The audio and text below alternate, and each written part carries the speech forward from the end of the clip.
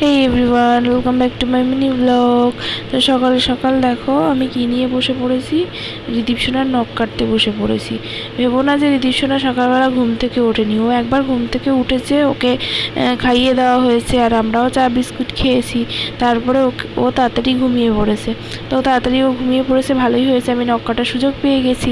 কারণ ও জেগে থাকলে নখ কাটতে দেয় না, ভীষণ হুড়োহুড়ি করে আর আমার ভয় লাগে যদি ওর হাত কেটে যায়।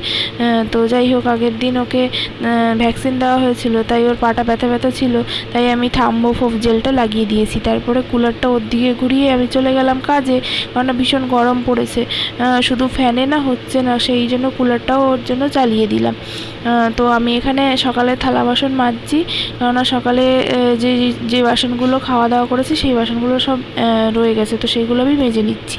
তো যাই হোক, ভালো লাগলে লাইক কমেন্ট সাবস্ক্রাইব করতে ভুলো না। দেখা হবে নেক্সট মিনি ব্লগ।